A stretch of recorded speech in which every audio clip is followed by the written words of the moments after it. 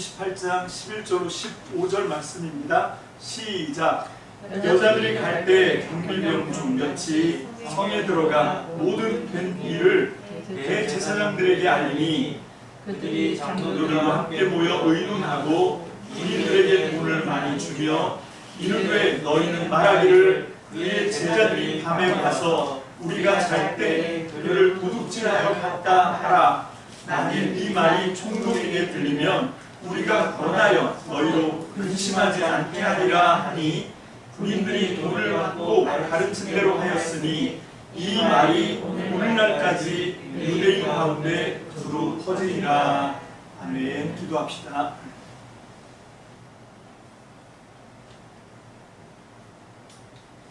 할렐루야. 살아계신 주님, 주님의 사랑과 은혜를 감사합니다. 오늘도 하나님을 예배하며 주의 음성을 사모합니다. 하나님, 우리가 이 땅을 살면서 우리의 능력대로 살려고 하나님 발버둥치고 했으면 했을수록 점점 더 이 땅의 지옥에 갇히게 되는 그런 존재인 것을 깨닫습니다. 하나님, 이렇게 우리의 한계를 뛰어넘고 유한한 우리의 생명도 우리가 초월하여 하나님께서 우리를 처음 만드신 대로 하나님 영광의 나라, 영원한 나라, 하나님 나라를 올라갈 수 있는 소망이 오직 하나님의 말씀에만 있는 줄 믿고 오늘 시간 우리가 그 생명과 진리의 말씀을 사모하는 마음으로 주님 앞에 모였습니다. 주여, 먼저 우리의 마음속에 주의 음성을 들을 수 있는 준비된 마음이 되게 축복하여 주옵소서. 그래서 우리의 마음밭에 떨어진 하나님의 말씀이 튕겨져 나가지 않고 하나님 그 말씀이 우리 안에 있는 염려와 근심, 세상의 재물을 향한 탐심으로 그 기운이 눌리지 않게 하시고 옥토 같은 마음에 떨어진 하나님의 소망의 말씀이 우리 안에서 영생으로 생명으로 하나님 뿌리를 내리고 싹을 틔우고 꽃을 피우고 열매가 될 수 있도록 주님 역사하여 주시옵소서. 오늘도 오직 주님의 성령님을 의지합니다. 성령님, 우리 가운데 오셔서 하나님의 진리의 말씀이 잘 박힌 모처럼 우리 안에 소망으로 새겨지게 도와주시고 하나님, 그렇게 받은 말씀이 우리 안에서 하나님 나라로 역사하게, 생명으로 역사하게 주님 성령이여 운행하여 주옵소서. 역사하여 주옵소서. 오늘 시간도 부족한 입술을 주장하시고 하나님의 온전한 말씀을 증거하기에 부족함이 없도록 주님 축복하여 주시옵소서. 감사를 드립니다. 예수님 이름으로 축복하며 기도합니다. 아멘. 할렐루야. 저는 요즘 시대에 하나님의 말씀을 전하는 설교자들, 그래서 그 설교자들을 통해서 전파되는 하나님의 말씀이 좀 너무 지나치게 친절하다 하는 생각을 합니다.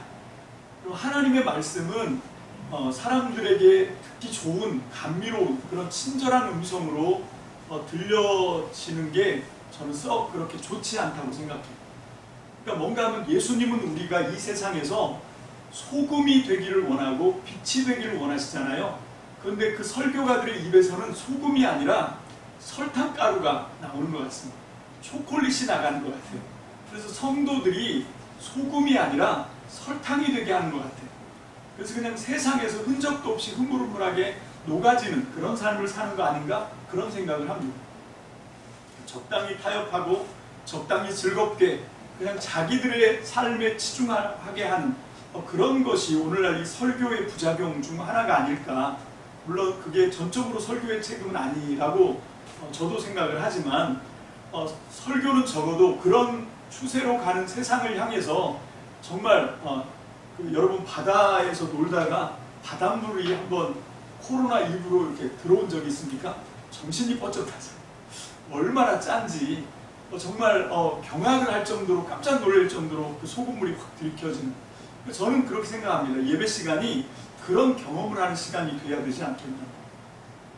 정말 하나님의 말씀의 진리를 그냥 친절하게 막 이렇게 되면 어떻게 되냐면 성도들이 하나님의 말씀을 듣고자 하는 의욕이 점점 약해집니다. 왜냐하면 그냥 소화할 필요도 없이 너무 달콤하게 다가오니까 그냥 난 가만히 있어도 그 설교자들이 애쓰는 거죠. 열심히 해서 또 사람들이 흥미를 느끼는 어떤 그런 방식으로 해서 또 부드러운 말로 해서 소리치면 또 요즘 안 되잖아요. 그래서 부드러운 말로 해서 이렇게 전달을 하는. 그러다 보니까 설교자들은 점점 더 애쓰는데 그 말씀을 듣는 사람들은 좀 점점 더 게을러지는 거 아닌가? 나태해지는 거 아닌가? 그런 생각을 합니다. 그럼 저는 진짜 바람직한 설교는 뭔가 하면 좀 불친절한 설교여야 되지 않겠나? 그게 요즘 설교에 대한 고민이에요. 설교자가 불친절하면 성도들이 뿔이 나거든요. 화가 납니다. 그래서 저 설교자한테 기대하기보다는 우리가 한번 정말 그 말씀이 그런가? 그리고 하나님의 말씀에 대한 어떤 갈급함 이런 것들이 막 더 폭포수처럼 생겨나야 되지 않나.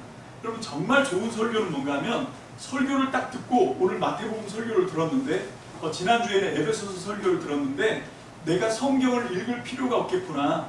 왜? 설교자가 너무 친절하게 다 이렇게 정말 아주 잘게 썰어서 그냥 그대로 스폰지처럼 스폰지가 물을 빨아들이듯 그렇게 흡수가 쫙 되게 다 완벽하게 해서 주니까 구태여 내가 어렵게 하나님의 말씀을 머리 써가면서 이해하려고 애쓰지 않아도 되는 거 아닌가? 여러분 이건 정말 나쁜 설교예요. 진짜 좋은 설교는 뭔가 하면 설교를 듣고 나도 정말 저 말씀을 한번 내가 직접 경험을 해봐야 되겠다. 그리고 자기 발로 말씀 앞으로 가야 돼요. 그래서 자기가 애쓰고 힘써서 하나님의 말씀과 씨름하고 그래서 그 말씀 속에 있는 정말 엑기스 그 진가를 자기가 맛봐야 돼요. 어떤 사람이 대신 맛보고 그걸 전달해주는 그런 말씀이 아니라 그럼 말씀은 1대1입니다. 하나님 앞에 내가 정말 그 말씀의 능력 앞에 그 말씀의 진가 앞에 그 말씀의 참된 의미 앞에 내가 부딪혀야 되죠. 설교자는 그걸 위해서 주선하는 중매쟁이 같은 거예요. 설교자가 대신 말씀과 결혼하는 게 아니란 말이에요. 여러분 설교자는 성도들이 그 말씀과 잘 조인이 될 수 있도록 그렇게 이끌어주고 당겨주고 이걸 해야 되는 게 설교라고 생각을 합니다. 그래서 어쩌면 이 마태복음 설교가 여러분들에게 좀 불편할 수 있을지 모르겠습니다. 그렇지만 우리 한번 해보겠습니다. 가능한 여러분들이 잘 적응할 수 있도록 처음엔 친절하게 가다가 나중에 가서 한번 정말 햄머를 한번 드는 그런 지금 계략을 제가 짜고 있습니다. 자, 우리 한번 시작해 봅시다. 먼저 마태복음 28장 11절로 15절 본문을 가지고 우리가 하나님의 말씀을 함께 나누는데 오늘 말씀의 주제는 뭔가 하면 복음서 스토리, 복음서 이야기예요. 자, 먼저 질문합니다. 복음서가 뭘까요? 우리가 갖고 있는 성경에 보면 복음서가 총 4개가 있습니다. 마태복음, 오늘 우리가 공부하죠. 마가복음, 누가복음, 그리고 요한복음 이렇게 4개가 복음서입니다. 자, 그러면 이 4개의 복음서, 성경 안에 있는 복음서가 갖고 있는데 그러면 복음서라고 하는 그 말의 뜻은 뭡니까? 뭐가 복음서입니까? 마가복음 1장 1절입니다. 먼저 개역, 그 다음에 새번역, 현대어 성경, 공동번역 다 함께 그렇게 4개의 번역 성경을 다 함께 읽어봅니다. 시작! 하나님의 아들 예수 그리스도의 복음의 시작이라. 하나님의 아들 예수 그리스도의 복음의 시작은 이러하다. 하나님의 아들 예수 그리스도의 복음의 시작은 이러하다. 하느님의 아들 예수 그리스도에 관한 복음의 시작. 자, 이렇게 이제 4개의 번역서가 마가복음 1장 1절을 번역한 거예요. 근데 그 원전 어디에서부터 번역한 건가 하면 그 맨 마지막에 있는 헬라어 성경 여기서 번역이 나온 거거든요. 이건 여러분들이 공부를 안 했으니까 공부한 사람만 읽고 이해할 수 있거든요.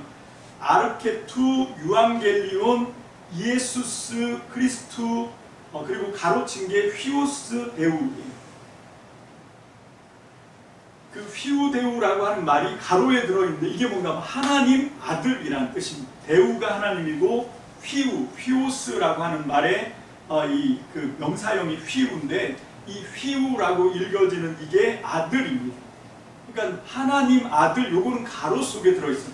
거의 대부분의 이 사본들에서는 요게 없어요.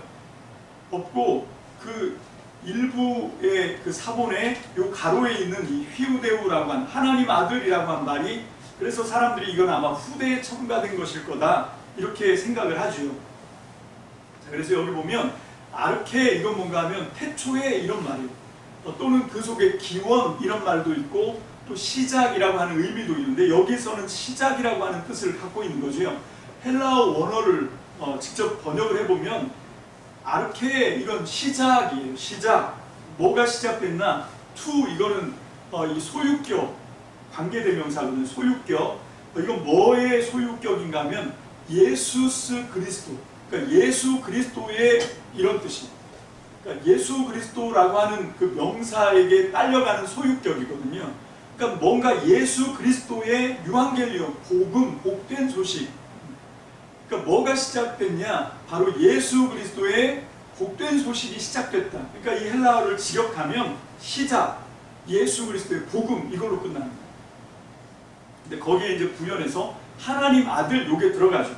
우리나라 말로 번역된 건 이게 말이 이 성어가 안 되니까, 문장이 성립이 안 되니까 여러 가지 보어나 주어나 부어나 부사나 이런 것들을 통해서 이게 이제 말이 성립이 되도록 문장을 그렇게 만드느라고 쓸데없는 조사, 부사 이런 것들이 동원이 된 거죠.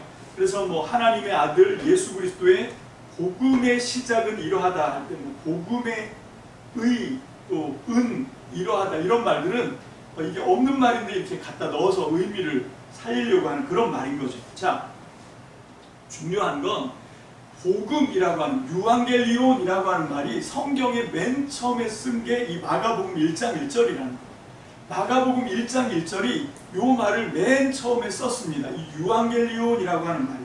자, 그러면 이 유한겔리온이라고 하는 이 복된 소식, 좋은 말, 복된 말 이런 뜻인데 요거는 그럼 어떻게 처음에 사용되고 어떤 의미로 쓰였던 것인가? 요거를 잘 이해하려고 하면 많은 사람들이 그런 말을 해요. 뭔가 이 유한겔리온이라고 하는 복음이라고 하는 이 말은 원래가 로마 제국이 사용한 말이랍니다.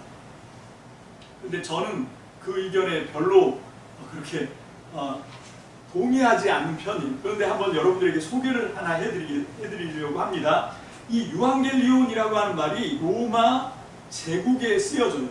나중에 제국이 되는데 로마가, 그러면 로마의 역사는 아시죠? 원래 이 로마는 그 이탈리아 로마의 그 산악지형인데 거기서 이제 그 신화와 함께 로마라고 하는 작은 나라, 부족 국가가 생깁니다. 근데 이게 이제 점점 커지면서 공화정이 되지요. 공화정으로 쭉 가다가 제국으로 바뀌는 정말 굉장히 특이한, 보통은 전제주의 제국이나 왕이 다스리는 나라에서 그 정치가 점점 발전해서 민주주의 쪽 공화정으로 가는 거잖아요. 우리나라도 똑같습니다. 우리나라도 조선시대까지만 해도 왕이 다스리는 전제주의 국가였어요. 왕이 곧 국가예요. 그리고 나머지는 그냥 그 왕을 받드는 그런 어떤 부속물 같은 그런 존재로 살았거든요. 그런데 이제 그 일제 강점기를 지나면서 우리가 공화정, 그래서 우리나라의 이제 주권은 왕이 아니라 누가 갖고 있습니까? 모든 국민이, 저와 여러분들이 이 나라의 주인입니다. 근데 그걸 별로 우리가 의식하지 못하고 살죠. 그래서 요즘도 세상에 이 21세기를 살아가는 요즘도 대통령이 왕이라고 생각하는, 여기서는 아마 그런 생각을 가진 분은 없을 거라고 생각합니다. 전혀 그렇지 않습니다.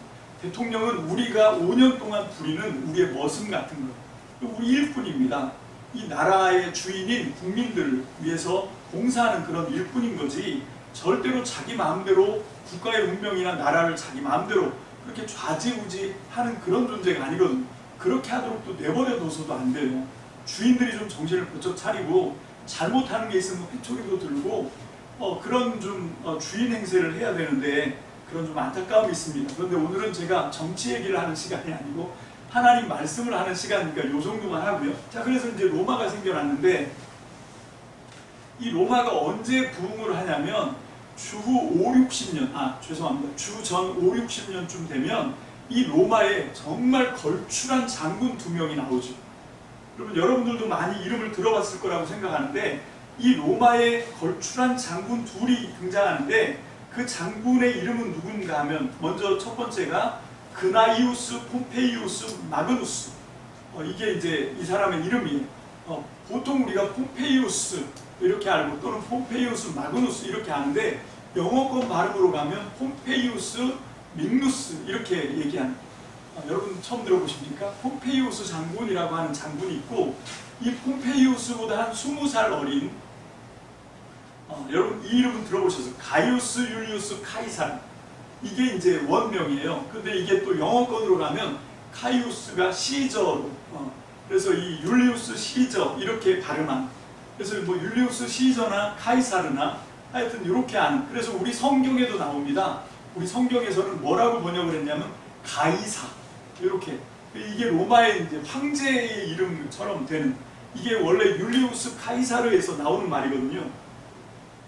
이 두 명의 장군이 무슨 일을 했냐면, 하나는 동쪽 지역을 정복해 나가고 하나는 서쪽 지역으로 대정복을 나가서, 그래서 이 로마라고 하는 나라가 굉장히 확장이 됩니다. 그래서 주전 50년, 60년이 되면 드디어 헬라 제국을 싹 밀어내고 지중해를 장악하는 거죠. 여러분, 이게 바벨론이나 페르시아나 헬라 제국이나 그런 제국들이 제국으로 전 세계에 어떤 그 패권을 쥔 그런 주인이 되려고 하면 반드시 지중해를 장악해야 돼요. 그래서 이제 로마가 네 번째로 지중해를 장악하는 대제국으로 발돋움합니다. 그런데 그때까지만 해도 공화정이었어요. 공화정이었다가 이 제국으로 바뀐 게 주전 한 27년쯤 됩니다. 그래서 주전 27년에 드디어 황제 국가가 되는데, 요 무렵에 여기에서 어떤 풍속이 있냐면, 전쟁을 많이 나가니까 전쟁에서 승리하면 승전보가 오잖아요. 이걸 이제 어떤 의식, 형식을 갖추어서 이 로마가 전쟁 승리한 것을 이제 사람들한테 알릴 때 의식을 합니다. 어떤 의식을 하냐면, 보통 원로원 앞에 이 넓은 공터가 있고 거기 사람들이 되게 많이 모여 있거든요. 근데 갑자기 어디선가 우렁차게 은나팔 소리가 뿡 하고 울립니다. 나팔 소리가 울리면 원로원문이 활짝 열리면서 빨간 융단, 그 레드 카펫이라고 하죠. 카펫이 쫙 깔립니다. 그리고 빨간 융단 위로 하얀 백마를 탄 전령이 나팔 소리와 함께 등장을 해요. 그래서 모든 사람들의 이목이 확 주목된 그 상황에서, 집중된 상황에서 나팔 소리가 끝이자마자 그 백마를 탄 전령의 입에서 첫 일성으로 터져나온 말이 유앙겔리온입니다. 복된 소식이다.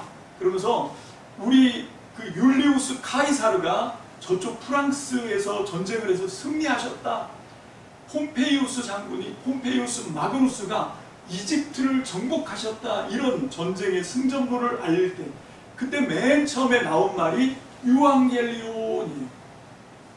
그리고 그 다음에 또 이제 나중에 황제 국가가 되면서, 황제는 이제 세습이 되잖아요. 아버지가 황제면 아들이 그 다음 보좌를 이어받는 그런 이제 제국 세습이 이어집니다. 그러니까 이 로마 제국에서 가장 관심사는 뭔가 하면, 다음 황제의 뒤를 이어서 로마 제국의 보좌를 차지할, 보위에 오를 다음 황제가 탄생하는 거, 이게 굉장히 또 초미의 관심이죠.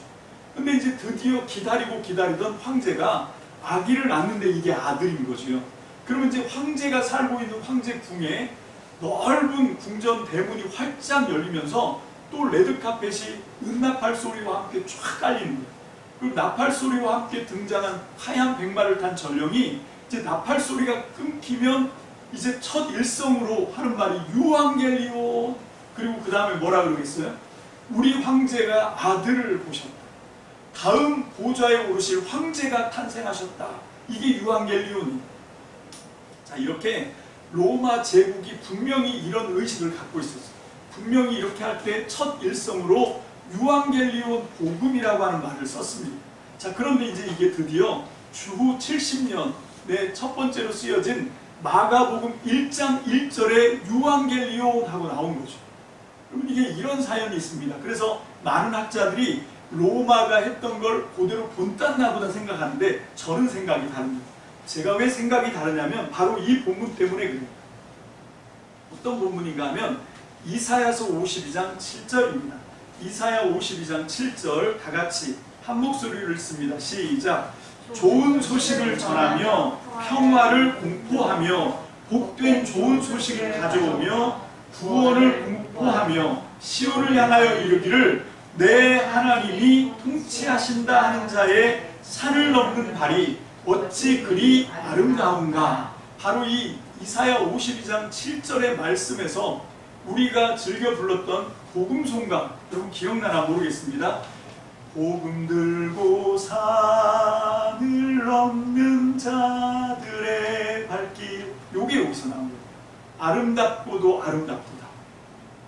아니 도대체 무슨 소식을 전하는 그런 발이길래 산을 넘는 그 발이 아름답다 이렇게 시인이 노래를 한 걸까요? 그 소식은 다름 아니라 내 하나님이 친히 통치하신다 이 말이에요.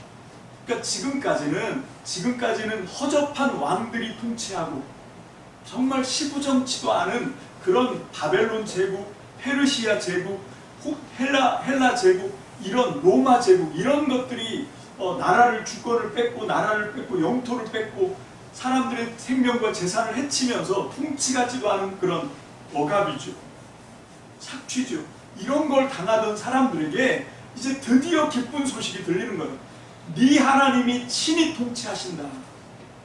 하나님의 통치를 선포하는 그 발이 아름답다라고 얘기하는 거죠. 여러분 그렇게 너의 하나님이 너희를 직접 다스리시기 위해 오신 분이 누굽니까? 예수 그리스도죠. 자, 그리고 이 구약 성경은 히브리 말로 되어 있어요. 히브리 언어로 되어 있는 이 구약 성경이 여러분 이 헬라 제국일 때 헬라 제국이 이집트를 점령합니다. 여러분 이집트는 어디 있는지 아시죠? 지도를 보면 알 거 아니에요. 지도에 보면 이집트는 아프리카에 있어요. 아프리카 하면 우리는 다 얼굴 피부 색깔이 까만 그런 흑인들이 다스리는 살고 있는 나라라고 생각을 하잖아요. 근데 여행을 가보면 이집트에 살고 있는 사람들은 절대로 얼굴이 물론 시커먼 분들도 좀 있지만 거의 대부분은 얼굴이 까맣지가 않습니다. 사람들이 거기서 좀 놀래요. 그리고 그 사람들의 유물들을 보면 전부 늘씬늘씬하고 얼굴들이 정말 잘생겼어요. 왜 이런 일이 벌어졌는가? 지형 때문에 그렇거든요. 이집트라고 하는 거기는 저 아프리카 남쪽에서부터 강줄기 하나가 쫙 위로 올라오는데 그 강 이름이 나일강이에요. 굉장히 긴 강이죠. 그래서 세계에서 두 번째로 긴 강이 나일강이다 그러던데 그 나일강이 아프리카에 있는 모든 비옥한 그 산림의 그런 퇴적물들을 쫙 끌고 와서는 그 나일강 맨 끝에 있는 나일강 삼각주라고 하는데 거기다가 쫙 펼쳐놓는 거예요. 그래서 거기가 정말 비옥한 땅입니다. 그래서 이 아프리카의 맨 위쪽에 있는 이집트의 나일강 삼각주 거기가 너무 비옥하다 보니까 무슨 문제가 생겼냐면 주전 17세기부터 그 땅을 침 흘리면서 그 땅을 삼키려고 낼름거리는 그런 강대국들이 있었죠. 저 유프라테스 티그리스 강에 있는 메소포타미아에 있는 강국들이 힘만 결집이 되면 통일만 되면 그 다음으로 눈독을 들이는 게 이 이집트입니다. 그래서 17세기부터 이민족들이 들어와서 이집트의 왕으로 그것이 이제 힉소스라고 하는 이름으로 굉장히 오랜 세월을 지배하죠. 거기에 물론 우리 성경에 나오는 요셉의 이야기도 거기에 끼어들어가는 거예요. 그래서 거기가 너무 비옥하다 보니까 사람들이 글로 다 모이는 거예요. 그래서 저쪽 그리스 쪽에 있는 사람들이 그쪽으로 다 넘어오고 민족 이동이 어마어마하게 되다 보니까 거기에 이제 그런 이 흑인 원 종족의 그런 사람들은 이제 사라지고 이주해 온 사람들이 거기에 주류가 되는 그런 역사가 생긴 거죠. 근데 거기에 가장 이제 핵을 그은 게 누군가 하면 이 헬라 제국입니다. 알렉산더의 출중한 4명의 장군 중에 하나인 톨레미 왕가라고 하죠. 이 톨레미라고 하는 장군이 이집트에 가서 톨레미 왕조라고 하는 자리를 딱 잡아버린 거예요. 그게 이제 헬라 제국이 4개로 분열되는데 그 중에 하나가 이 톨레미 왕가입니다. 근데 이 톨레미 왕가는 참 특이하게도 이집트라고 하는 나라 이름을 안 바꿔요. 그냥 이집트로 씁니다. 그냥 자기들만 톨레미 왕조로 이제 그 원종족이 그 왕가의 파라오를 이어간 것이 아니라 톨레미 왕가가 파라오를 이어가죠. 그래서 마지막 17대 파라오가 누구냐면 우리도 너무 잘 아는 클레오파트라. 이 사람이 이집트 마지막 황녀지만 이 클레오파트라는 톨레미 왕가의 마지막 황손이기도 합니다. 그래서 이 헬라 제국의 마지막 그 여인이기 때문에 이 이집트의 클레오파트라가 지금도 전 세계 최고의 미녀의 이름을 올리고 있는 거죠. 이게 이제 그 이집트의 이야기입니다. 이걸 이렇게 장황하게 하는 이유가 뭔가 하면 헬라 제국이 그 이집트를 정복하고 난 뒤에 곧바로 했던 게 뭔가 하면 그 삼각주 지역 바로 옆에다가 그 헬라 제국의 문을 연 위대한 왕이 있지. 대정복 왕이라고 우리가 알고 있는 알렉산드로스. 그 알렉산드로스 대왕의 이름을 딴 알렉산드리아라고 하는 도시 하나를 만들어요.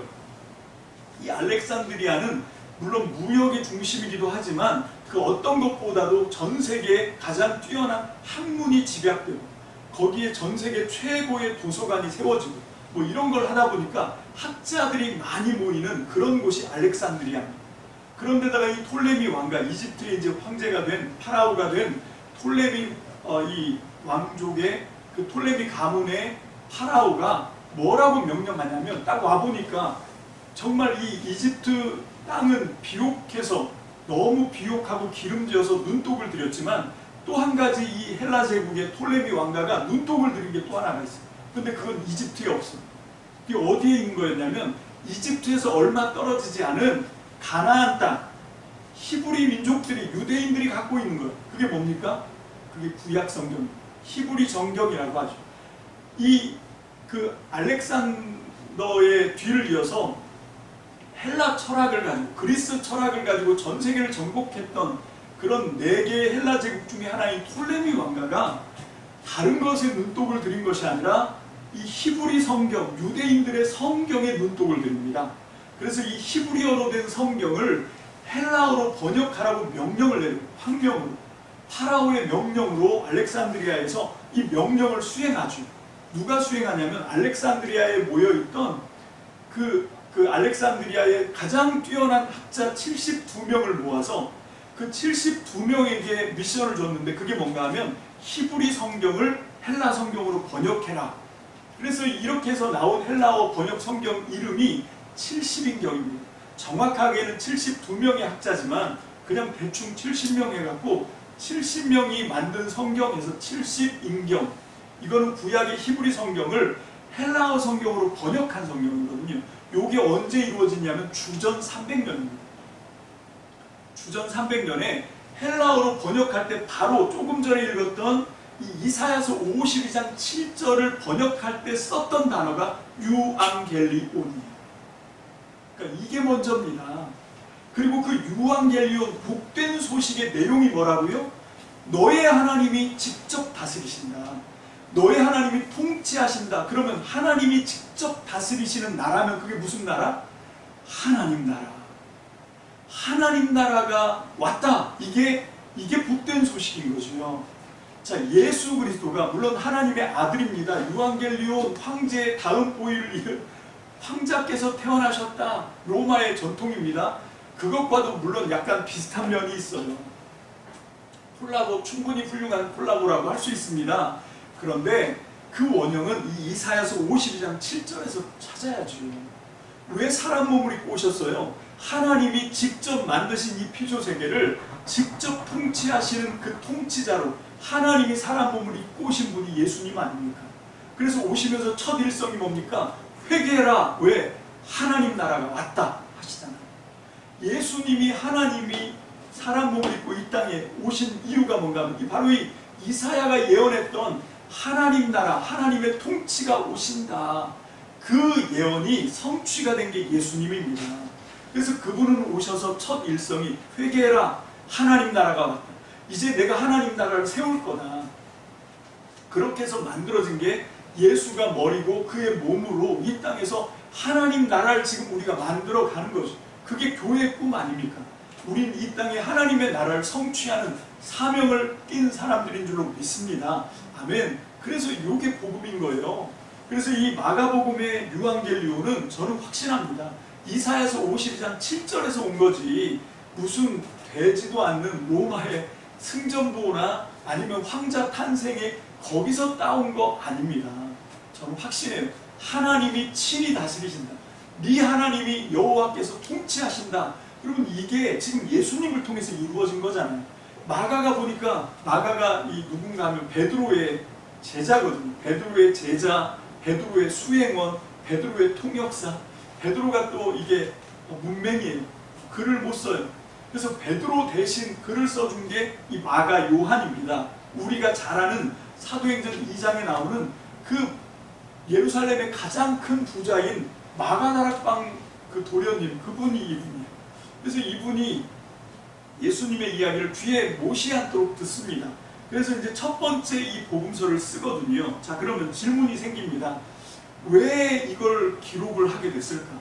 보통 우리가 지금 갖고 있는 이 복음서를 포함해서, 복음서가 우리는 4개인 줄 아는데 절대 4개가 아닙니다. 4개보다 훨씬 더 많았어요, 그 시대는. 근데 주후 430년에 성경을 최종으로 선택해서 편집해서 완성하면서 나머지 다른 복음서들은 다 탈락을 하고 이 4개의 복음서만 성경 안에 유입이 된 거죠. 우리가 너무나도 잘 아는 그 다빈치 코드 이런 소설 때문에 우리가 너무 잘 알게 된 무슨 복음? 도마복음. 그 다음에 또 어떤 복음이 있냐면 유명한 복음에 마리아 복음 뭐 이런 거 있거든. 근데 그런 건 성경에 안 들어왔죠. 다 탈락이 되고. 자, 복음서 4개가 들어오는데 거의 대부분의 복음서들이 언제 쓰여지냐면 주후 60년부터 시작해서 그리고 한 100년 어간에 복음서들이 왕창 쓰여집니다. 자, 그러면 왜 이렇게 요 시대에 복음서가 쓰여져야 되는가 하는 거죠. 왜 하필이면 주후 60년대부터 마가복음으로 해서 주후 60년대부터 이런 복음서들이 주후 100년 안쪽으로까지 복음서가 쫙 나오는데 그 이유가 뭘까 하는 거죠. 그 이유는 실제 역사 속에서 찾아볼 수 있습니다. 여러분, 예수님이 우리 죄를 지시고 십자가에서 죽으시고 그 다음에 3일 만에 부활하시고 40일 동안 제자들에게 하나님의 나라를 가르치신 다음에 제자들이 보는 데서 감람산에서 구름을 타고 하늘로 올라가서 승천하셨단 말이죠. 이 모든 사건이 전부 일어난 게 주후 30년, 주후 30년에 이 3가지 사건이 다 일어났거든요. 자, 그리고 나서 복음서는 그로부터 30년도 훌쩍 더 지나서 복음서가 기록되기 시작하거든요. 왜 이런 시간의 차이가 있을까? 왜 그런가 하면 그 전까지는 예수님의 제자들, 예수님을 직접 눈으로 목격하고 예수님이 일으키신 하나님 나라 운동의 그 놀라운 기적, 그 놀라운 역사적인 사건, 그 속에 같이 있었던 목격자들이 살아있어요. 그 사람들이 예수님과 생생하게 느꼈던, 정말 예수님을 눈으로 보고 예수님의 음성을 귀로 듣고 예수님을 그 손으로 만져보고 정말 예수님을 다 맛보고 알았던 사람들, 경험했던 사람들이 아직 살아있거든요. 그 사람들이 예수님과 함께 일어났던 그 놀라운 하나님 나라의 기적, 하나님 나라의 역사, 그 예수님께서 일으키셨던 그 사건뿐만 아니라 예수님이 말씀해 주셨던 그런 말씀들을 생생하게 잘 들을 수 있었어요. 근데 한 30년 지나 40년 가까이 되니까 그 목격자들이 이제 하나 둘씩 사라지기 시작하는 거예요. 세상을 뜨는 거예요. 늙어서 점점 사라지고 이제 얼마 안 남았어요. 요즘 우리 주변에 그 위안부 체험을 했던 일제시대 때 그렇게 끌려가서 성노예로 그렇게 착취를 당하셨던 분들이 지금 이제 점점 세상을 뜨시고 얼마 안 남잖아요. 그런 것처럼 여러분 이제 하나 둘 세상을 떠서 이제 거의 안 남게 된 거죠. 그래서 어쩔 수 없이 안 되겠다. 이분들이 사라지면 이 생생한 하나님 나라의 기적, 예수님이 일으키셨던 그 놀라운 하나님 나라의 그 놀라운 주옥 같은 말씀, 이걸 어떻게 우리가 들을 수 있겠나.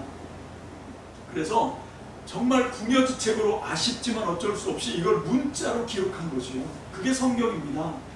여러분, 이 성경은 절대로 문자가 아닙니다.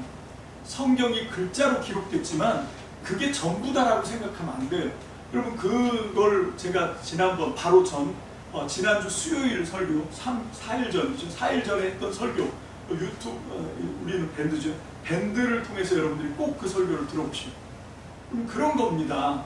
정말 그 생생하게 역사하던 그 놀라운 하나님 나라의 운동을 어쩔 수 없이 문자 속에다가 기록을 한 거죠. 여러분, 이 하나님 나라의 역사, 하나님의 생명 진리는 그 문자를 초월하는 진짜 하나님의 성령의 기적이고 능력이고, 그걸 우리가 사모를 해야 되죠. 어쨌건 그래서 이제 마가복음을 필두로 해서 이 유한겔리온 하면서 이제 복된 소식을 전한 거예요. 그게 많아지니까 장르가 생겨버린 거예요. 그게 뭔가 하면 복음서라고 하는 장르가 있는 거예요. 그래서 마태, 마가, 누가, 요한복음을 가리켜서 우리는 사복음서라고 해서 하나의 어떤 장르, 문학 장르처럼 이렇게 구분을 하지만, 여러분, 그렇게 됐던 이 역사들을 우리가 잘 살펴봐야 되는 거죠. 자, 이제 마지막으로 한 가지 질문만 해결하고 오늘 첫 번째 마태복음 설교의 그 개론은 끝내려고 합니다. 좀 딱딱해지고 공부 같고 조금만 더 참고 제가 부드럽게 친절하게 잘 해오고 있다고 생각을 하는데 조금만 더 인내를 갖고 좀 들어보십시오. 마지막 질문은 뭐냐? 어떤 질문 할 것 같아요? 그런데 왜 4번이냐? 하나면 충분하지 않겠나? 왜 이걸 헷갈리게 4개씩이나 쓰고 이게 성경에 들어온 게 4개지 훨씬 더 많다며 왜 이렇게 많은 복음서들이 쓰여져야만 했을까 하는 거지. 왜 한 권이면 안 될까? 그래서 이걸 한 권으로 합본하려고 하는 그런 19세기부터 학자들이 이걸 4개씩이나 들고 다니라고? 이거 너무 중첩되는 게 많고 같은 내용들이 많이 나오는데 이거를 그냥 합본으로 한 권 만들면 안 될까? 그래서 실제로 복음서 4개를 합본해서 한 권 복음을 만든 게 있습니다. 근데 그거는 성경이라고 하기에 좀 부족해요. 그래서 모든 학자들이 이 합쳐보니까 역시 이건 아니구나 결론을 낸 거예요. 이게 학문을 위해서 신학을 위해서는 합본이 좀 필요하지만 그런 노력도 필요하고 연구도 필요하지만 이건 성경이 한 권이 되면 안 되는구나가 결론 났어요. 그러면 질문이죠. 왜 4개씩이나 있어야 되는 성경에 이유가 뭘까요? 내용이 아닙니다. 성경 안에 들어있는 예수님의 일대기를 기록한 그 내용으로 치면 한 권이 더 훌륭하죠. 한 권으로 합본하는 게 훨씬 더 헷갈리지 않고 이해하고 공부하는 데 있어서 훨씬 더 편리합니다. 근데 왜 이걸 4개씩이나 나누어서 우리가 이걸 공부를 해야 되냐는 거죠. 마태복음, 마가복음, 누가복음, 요한복음 이렇게 각각으로 4번이나 공부를 해야 되는 이유가 뭐냐? 뭐가 달라서 그럴까? 예수님의 일대기를 기록하는 목적은 똑같아. 그런데 복음서는 예수님의 일대기를 기록하는 목적을 더 뛰어넘는 목적이 있습니다. 아까 말씀드렸죠. 우리 공동체 안에 예수님을 직접 보고 경험했던 분들이 생생한 그날의 그 기억을 사람들한테 말해줄 때는 복음서를 기록할 필요가 없었다고. 그들의 말을 듣고 믿음을 고취시키고 그들의 말을 듣고 하나님 나라를 소망하고 아무 문제가 없었다고. 근데 이 사람들이 죽어가잖아. 이제 사라지잖아. 세상을 뜨잖아. 이제 이거 어떻게 해야 돼? 그래서 기록을 했다고. 자, 여기서 이 공동체가 필요로 하는 게 그냥 예수님이 어떻게 살아오셨고 어떤 말씀을 하셨고 어떤 기적을 일으키셨고 어떤 역사를 일으키셨고 요것만 궁금했을까요? 그리고 그걸 알아서 그걸 아는 것이 그 옛날에 그 일을 아는 것이 오늘 내가 사는 것과 뭔 상관이 있냐고. 이 사람들이 그 생생한 증인들의 증언을 들으면서 이 사람들이 받았던 그 놀라운 혜택과 은혜는 그냥 그 내용이 너무 좋아 요것만 아니에요. 그건 너무 작아요. 그 사람들이 받았던 그건 뭔가 지금 내가 뭔가 시험에 빠져 있어. 내가 지금 뭔가 너무 고민이 돼. 내가 지금 너무 침체돼 있어. 내가 지금 뭔가 삶의 의욕을 잃어버렸어. 내가 지금 뭔가 방황하고 있는 것 같아. 길을 잃고 헤매는 것 같아. 그런 상황일 때 그 목격자들을 통해서 예수 이야기를 듣고 그분이 주셨던 말씀, 그분이 일으켰던 놀라운 기적과 역사들 이런 것들을 들으면서 오늘 내 인생의 문제의 실타리가 풀어지는 거예요. 오늘 내가 겪고 있었던 인생의 문제의 해결책을 얻은 것 같은 거예요. 그래서 거기서 내가 내 인생에 직면했던 그 인생의 문제를 극복하는데 그 시대에 있었던 그 사건들을 경험했던 분들의 이야기를 도움을 받았거든요. 자, 그런 것처럼 지금 복음서가 4개 혹은 편입이 안 된 여러 복음서들이 기록돼야 되는 이유는 뭔가 하면 거기에 담겨있는 예수님이 어떻게 살았고 어떤 말씀을 하셨고 어떤 기적과 역사를 베푸셨고 그 내용보다 훨씬 더 중요한 게 뭔가 하면 그 공동체들 앞에 당면한 문제들 그 문제들을 해결하는데 그 예수님의 복음 이야기가 그 사람들에게 놀라운 하나님의 말씀의 능력으로 역사했다는 거예요. 그럼 그래서 복음서는 4개나 된 거죠. 그리고 더 많은 복음서들이 나온 건 이유는 뭔가 하면 이 사람들에게 자기들이 직면했던 그 인생의 현실적인 문제들이 각각 달랐기 때문인 거죠. 오늘 우리도 마찬가지죠. 우리도 다른 어떤 그런 인생의 문제를 담고 있는 거예요. 자, 그러면 맨 처음에 쓰였던 마가복음은 어떤 그런 문제, 현실의 문제를 갖고 있었을까요? 그건 제가 전에 한번 마가복음 설교할 때 들려드렸는데 여러분들이 정말 저한테 너무 자비로운 여러분들의 달란트가 있습니다. 그게 뭔가 하면 망각의 달란트. 여러분들이 다 잃어버리니까 제가 또 담대하게 설교를 하지, 다 기억하고 있으면 제가 어떻게 설교를 합니까? 쫄려서. 그죠? 그때는 이렇게 말하고 지금은 왜 이렇게 말합니까? 뭐 이럴 수도 있고, 그때 다 들은 얘기야. 그런데 다 잃어버려 주시는 거 너무 감사합니다. 그럼 마가복음이 직면했던 문제는 뭡니까? 그걸 알 수 있는 게 이 마가복음 16장 8절입니다. 16장 8절 다 같이 봅니다. 시작. 여자들이 몹시 놀라 떨며 나와서 무덤에서 도망하고 무서워하여 아무에게 아무 말도 하지 못하더라. 자, 거의 대부분의 마가복음 사본, 마가복음 성경은요, 원래 성경은 여기서 끝납니다. 실전의 말씀은 뭔가 하면 여자들이 부활하신 줄 모르고 예수님의 무덤에 시체를 닦아주러 갔어요. 여자들이 그 시체라도 닦아드려야지, 그리고 향유, 유품 이런 걸 사갖고 막 갔는데 무덤이 비어있죠. 예수님을 쌌던 옷은 잘 개어서 한쪽에 놓여있고 예수님이 누웠던 자리가 빈자리야. 그래서 이 사람들이 여자들이 발을 동동 굴르면서 우리 예수님 어디 갔지? 막 이러고 찾고 있는 거예요. 그런데 예수님 머리맡 쪽에 천사 둘이 나타났어요. 청년인 줄 알았는데 천사야. 천사들이 말합니다. 너희가 찾던 예수는 부활하셨고 갈릴리로 가셨다. 빨리 제자들한테 가서 너희에게 말씀하신 대로 예수님이 갈릴리에서 기다린다고 해라. 베드로와 요한에게 말해서 제자들과 함께 예수님을 만나러 가라. 가서 전해라. 이렇게 얘기했거든요. 예수님의 부활의 소식을. 그러면 가서 전해야 될 거 아닙니까? 근데 이 여자들이 어떻게 했다고요? 이 여자들이 놀래서 떨면서 무덤에서 도망쳐서 무서워서 아무한테 아무 말도 하지 않았대요. 이거 어떻게 이렇게 끝납니까? 근데 이게 마가복음이에요. 그럼 왜 이렇게 이상하게 썼죠? 그래서 너무 이상하니까 나중에 추후에 마가복음 16장 9절 무슨 독을 마실지라도 뱀을 집으며 막 해를 받지 않고 막 이런 말씀들이 이어져 나가는 거예요. 그게 다 가로 속에 들어있어요. 이게 나중에 첨가됐다는 얘기죠. 왜 이렇게 첨가를 시켰냐면 너무 복음서라는데 이상하게 끝난 거야. 그래서 첨가를 시킨 거거든요. 근데 더 중요한 건 뭔가 하면 그럼 이 마가는 왜 복음서를 이렇게 썼을까 하는 거죠. 그 당시의 현실의 문제, 이 마가 공동체가 부딪혔던 현실의 문제는 뭔가 하면 이 마가 공동체의 수장이 누구였냐면 베드로였어요. 로마에 있었어요, 교회가. 근데 그 로마 교회 베드로 담임 목사님이 주후 66년에 네로의 손에 의해서 순교를 당합니다. 근데 베드로만 죽는 것이 아니라 바울도 죽고 사도들이 둘이나 걸출한 사도들이 거기서 죽임을 당하죠. 그리고 하여튼 로마에게만 한정되어 있었는데 로마 안에 있었던 예수 믿는 그리스도인들은 다 잡혀갔어요. 거의 다 잡혀갑니다. 잡혀가서 둘 중에 하나를 선택해야 돼요. 네가 아직도 예수를 믿겠다 그러면 죽어야 되고 베드로처럼 바울처럼. 근데 나 이제 예수 안 믿을래 하고 배교를 하면 살려주는 거죠. 자, 그래서 거의 3분의 1 로마의 이 마가 공동체 거의 3분의 1 정도가 죽임을 당합니다. 그러면 3분의 1은 어떻게 살았을까? 다는 아니겠지만 그 3분의 1은 거의 대부분이 예수를 팔아먹고 산 거예요. 나 이제 예수 안 믿어. 배교를 하고 사는 겁니다. 그러니까 이 사람들이 다시 살아나서 네로는 68년에 자살해서 죽고 이제 교회가 다시 이제 모였어요. 모였는데 전부 배교자들이 모인 거죠. 전부 얼굴을 들을 수 없는 그런 부끄러운 사람들이 모인 겁니다. 그러니까 이 사람들이 모이면 울기만 하는 거죠.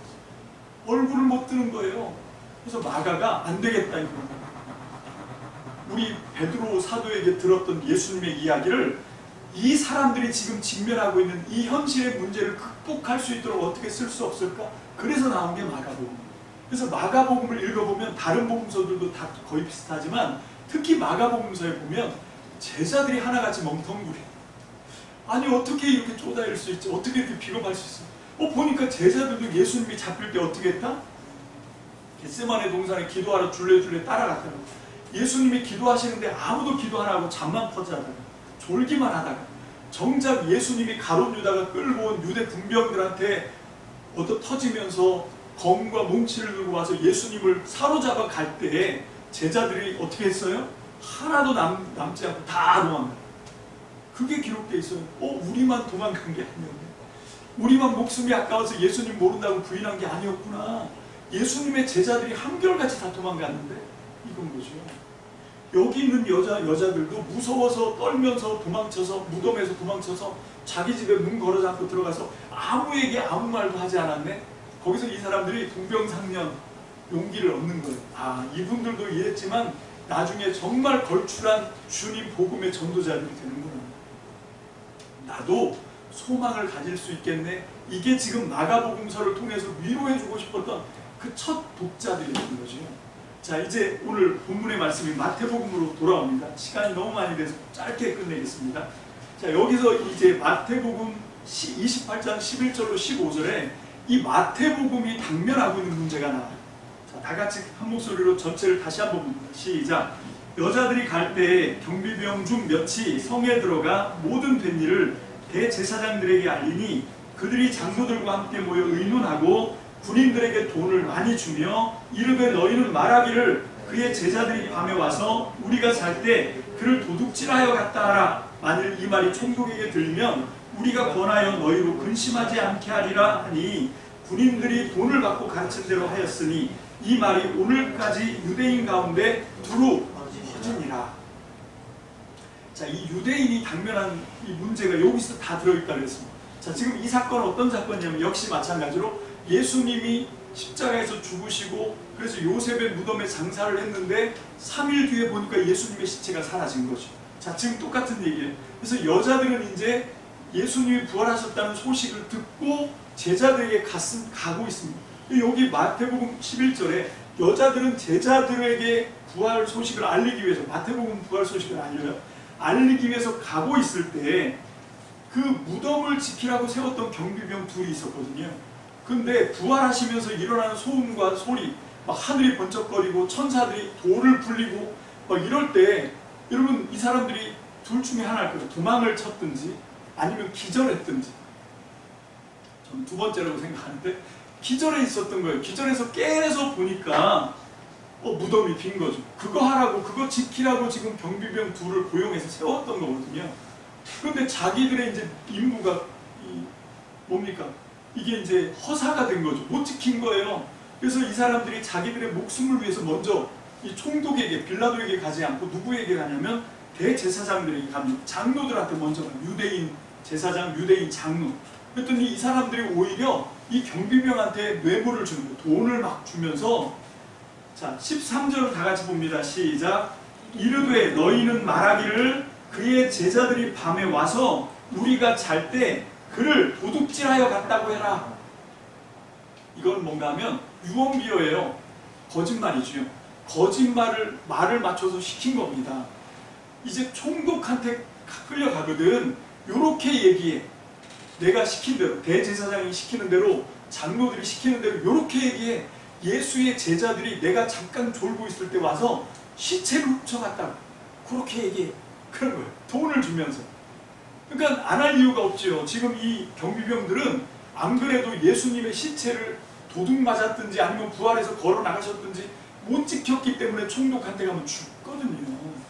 근데 이제 제사장들이 그 뒤에 나온 말 14절입니다. 시작. 만일 이 말이 총독에게 들리면 무슨 얘기입니까? 내가 시킨 대로 너희가 그대로 얘기를 해주면 더 읽습니다. 우리가 권하여 너희로 근심하지 않게 하리라. 무슨 얘기예요? 우리가 너희 편이 돼서 총독에게 잘 말해서 너희한테 해가 안 되게 해줄게. 너희가 염려하고 근심하는 일이 현실이 안 되게, 목숨을 부재할 수 있도록 우리가 도와줄게. 그러니까 이 경비병들이 이 말 안 들을 수가 없는 거지. 지금 자기 목숨이 지금 날아갈 판이에요. 임무를 못해서. 그래서 이 제사장과 장로들이 시킨 대로 말을 했다는 거예요. 그렇게 했더니 결과가 뭡니까? 15절 시작. 군인들이 돈을 받고 가르친 대로 하였으니 이 말이 오늘까지 유대인 가운데 두루 퍼지니라. 자, 우리가 성경 읽을 때 착각하는 이유가 뭐냐면 여기서 오늘날까지 하니까 2022년 9월 오늘 생각을 하는 거예요. 절대 그게 아니고 여기서 오늘날까지 하면 뭡니까? 마태복음이 쓰여지는 이 마태복음 저자가 글을 쓰고 있는 그 시간까지인 거예요. 이 사건은 지금 주 30년에 일어난 일이고 마태복음은 적어도 80년이 훨씬 더 지나서 쓰여진 거예요. 그러니까 50년이 지나도록 유대인들은 예수님의 부활 소식을 가짜라고 생각을 하고 유대인들은 뭘 믿는다는 거예요? 이 군인들이 이 장로들하고 제사장한테 돈 받고 퍼뜨린 유언비어처럼 예수님의 제자들이 예수님의 시체를 훔쳐다가 딴 데다가 매장을 하고 예수님이 부활하셨다는 헛소문을 퍼뜨리고 있다, 이렇게 인식하고 있다는 거예요. 그게 지금 마가복음의 상황입니다. 지금 마가복음은요, 유대인들하고 전쟁 중에 있는 거예요. 왜 전쟁 중에 있을까요? 여기 마가복음이 마태복음, 지금 우리가 공부하려고 하는 마태복음은, 마태복음 공동체는 어디 있냐면 예루살렘이나 예루살렘 가까이 있는 유대 지역에 있고, 그리고 이 사람들은 전부가 다 어떤 출신인가 하면 원래는 유대인 출신이고 유대 종교에 충성하던 사람들이었어요. 그래서 유대 종교의 대제사장들이 시키는 대로 가서 제사 드리고 그렇게 살던 사람이에요. 유대인들의 장로들이 가르쳐주는 대로 모세의 유전, 모세의 율법을 달달달달 외우고 그대로 지키고 살아가는 그런 사람들이었어요. 그런데 이 사람들이 예수 그리스도의 복음을 영접하고 예수님을 믿는 사람으로 초기 그리스도인으로 전향을 해버린 거죠. 그러니까 이런 거죠. 유대인, 유대 종교를 믿다가 그리스도 종교로 전향을 한 겁니다.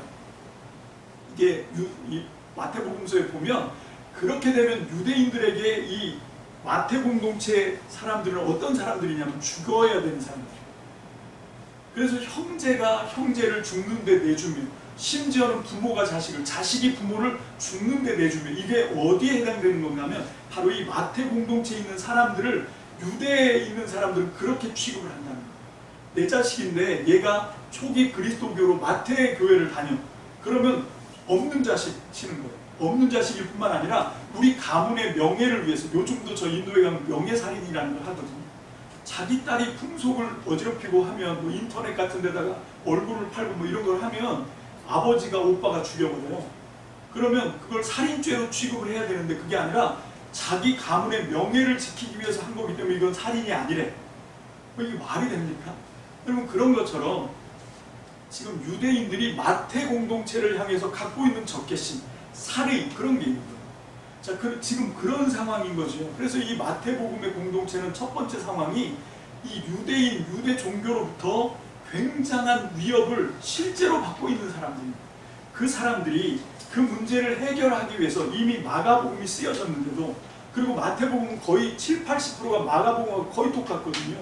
아니, 그럴 거면 뭐하러 굳이 또 한 권의 복음서를 또 쓴대, 이럴 수 있잖아요. 그런데 그 마태 공동체가 직면하고 있는 문제는 마가복음을 통해서 해소가 안 되는 거예요. 뭔가 더 자기들의 현실을 확실하게 알고 있고 그 현실의 대책을, 그 현실의 정말 살 길을 제시해 줄 수 있는 그 복음서가 필요했던 거예요. 그때 나온 복음서가 마태복음인 거예요. 우리가 그런 정황을, 배경을 알고 복음서를 봐야 생생하게 이해할 수 있습니다. 그래서 우리는 어떻게 할 건가 하면 이 마태복음을 공부하면서 그 시대로 타임머신을 타고 거슬러 올라가는 거죠. 그리고 나는 한국 사람이지만, 유대인이 아니지만 내가 유대인이라고 한번 생각을 해보는 거죠. 내가 유대 종교를 믿었었는데 이제 예수 그리스도의 복음이 참되고 이게 진리라 내가 그 아버지들부터 내려왔던 그 전통을 발로 차고 이제 예수 믿는 사람이 됐다. 이런 거. 예수 믿는 사람이 되고 보니까 우리 유대 종교 그전엔 친구였었는데, 형제였었는데 이 사람들이 나를 지금 죽이려고 해요. 심지어는 나를 낳아준 아버지, 심지어는 내가 낳은 자식이 내가 유대 종교를 버리고 예수 믿는 믿음으로 왔다고 해서 나를 지금 죽이려고 해. 그런 판이에요. 그런 판에 도대체 마태복음은 그런 사람들에게 어떤 위로가 되고 어떤 해결책이 되고 어떤 능력이 되고 어떤 하나님의 말씀이 되는지, 그럴 때 마태복음의 진가가 나옵니다.